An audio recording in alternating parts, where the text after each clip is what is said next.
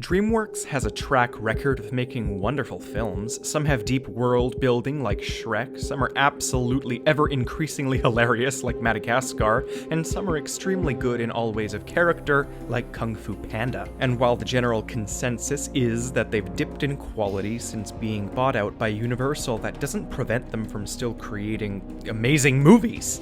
They're known for letting loose when it comes to comedy as opposed to stuff by Disney, and one of the funniest yet forgotten standalone films they have ever made is undeniably Over the Hedge. This thing is full of perfect timing, actually genius slapstick, and some of the best jokes and characters they've created henceforth. And it may surprise you that there's some unexpected lore to unpack, but if you've ever seen my videos before, you know that it's always the case with me.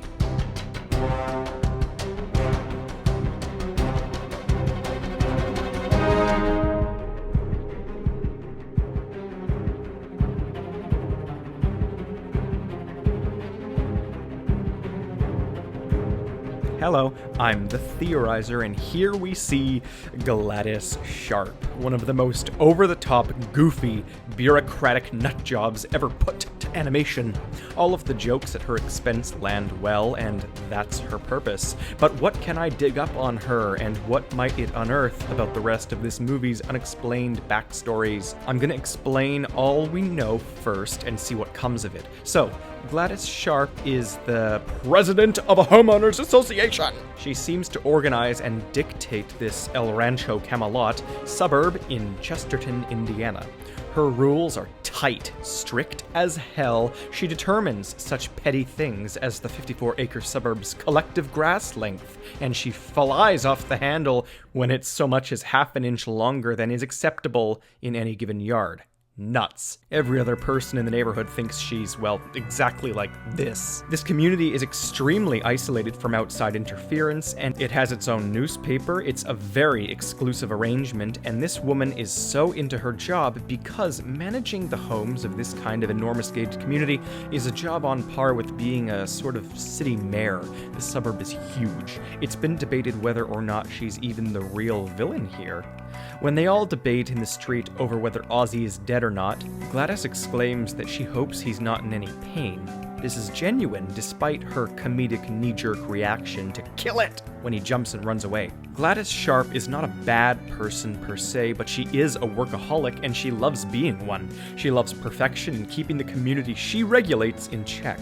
She wanted all of the animals humanely killed before they got painfully injured, but after more and more madness, she lost her cool and demanded inhumane execution. She owns a highly pristine cat whom she loves, and she is by no means a sociopath of any sort, let alone a psychopath. She's just short-tempered and often past the point of rationale. So why is she like this? Where is she from? Was she elected head of the suburb? She loves her job, and avoiding it stresses her out, but how come? Well, it probably just comes down to, mostly, natural personality. I've basically already dissected her personality in another video. You see, Gladys Sharp looks, sounds, and acts exactly the same as this character from the animated tween television show Total Drama Island. She's just like the character known as Heather, whom I analyzed a few months ago. I'll just link that video in the box above now for those who want to know more about her nature.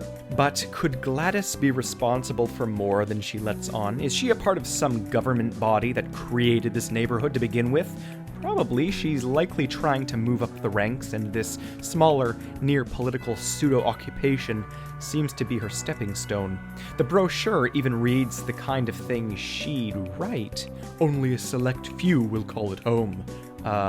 Despite it being fit for 50,000 families. But something about this brochure's map confuses me.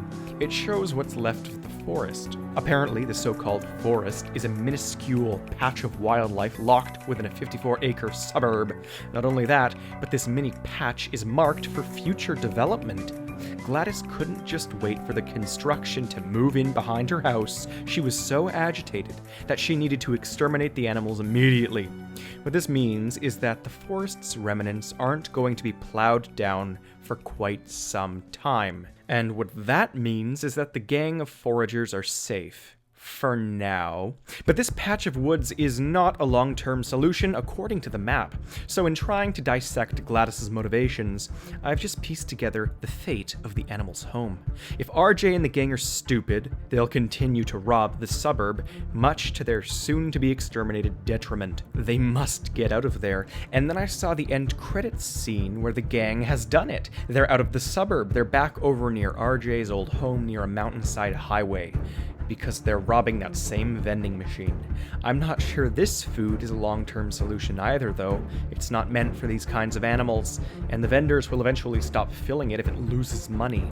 RJ made them like him. Is that really a good thing in the long run? A family out for itself? So again, if they keep stealing from the suburb, construction will move in quicker, which will push them out, which makes sense then as to why we see them at the vending machine, which itself is also a temporary solution in many ways. So we know the future of these poor animals, but what's going on with the other characters? Vincent was shipped off to a proper environment, Gladys was arrested, and Dwayne the exterminator tried to escape, but most likely didn't ultimately. What kind of fate befits a person who breaks the laws of the state and the laws of luminous flux? Well, probably at least a few years in prison, right? She'll get out eventually though, but I'm not sure she'll be permitted HOA presidency again. Dwayne will probably stay in prison longer, unless he smooth talks his way out of a harsh sentence. He is, after all, not the one assaulting officers. So that's that. I've explained all character pasts and all character futures, but the reason I'm focusing so heavily on all these characters, their backstories, and what's to come for them is for one very key reason. There's something bizarre about these two humans in particular, and it took me so long to acknowledge what it is, but I finally got it. When you mix these two villains together, you get the single funniest villain ever to come out of a Dreamworks film, Captain Chantal Dubois from Madagascar 3. The Animal Control Officer.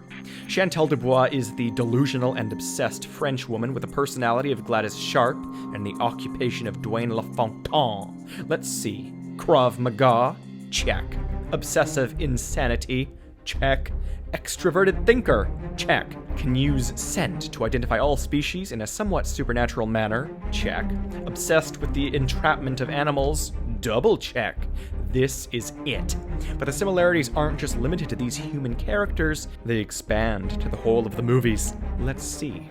Both Over the Hedge and the first Madagascar were released only a year apart, both by Dreamworks Animation. Both feature a group of highly intelligent animals fighting for survival in a human's world where their voices are masked with squeaks and growls. And Madagascar literally promoted Over the Hedge. I have the damn DVD, I know these things. The comparisons never end. It's like they're the same movie, except one features animals learning about humanity, and the other focuses on animals separating from it. Madagascar 3 feels like it has such a hilarious and optimized villain because it is accumulation incarnate. Dubois mixes at least Nana, Dwayne, and Gladys. It's my occupation, literally, to identify each animated film company's individual multiverse and discover how each Easter egg and pattern similarity crosses over until they become a shared universe. It took me 12 videos and 3 years to solve only a third of Pixar's, and upon studying the technicalities of Dubois and Over the Hedge, I have come to one simple realization. We now have solid evidence to suggest that Madagascar and Over the Hedge take place in the same world. Have you seen that video I made a while back? Almost a year and a half ago, I made one of my only theories on Madagascar, where I tried proving that Dubois was Nana's niece. I'll link it above in the box now. It is one of my best videos, but I'm slowly becoming inclined to suggest that if it truly is a shared universe, and the parallels, by the way, are uncanny, then could it also be true that people like Dwayne LaFontaine and Chantal Dubois, both with French last names, could have gone to the same school or training facility?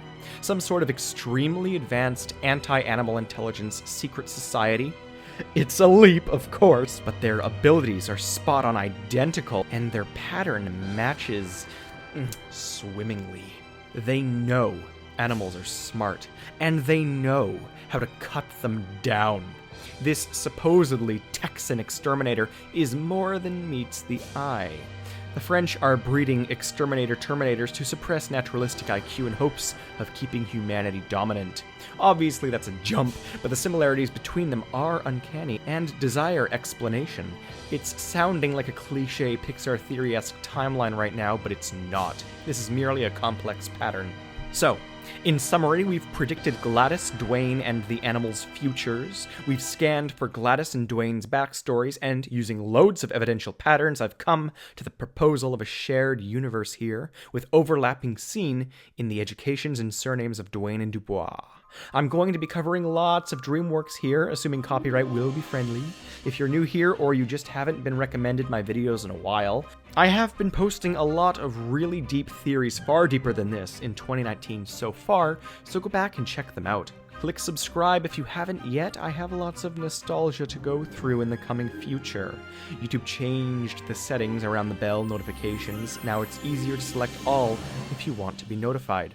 I'll probably at least cover Flushed Away and The Boss Baby in the next few weeks. So until then, I'm the Theorizer.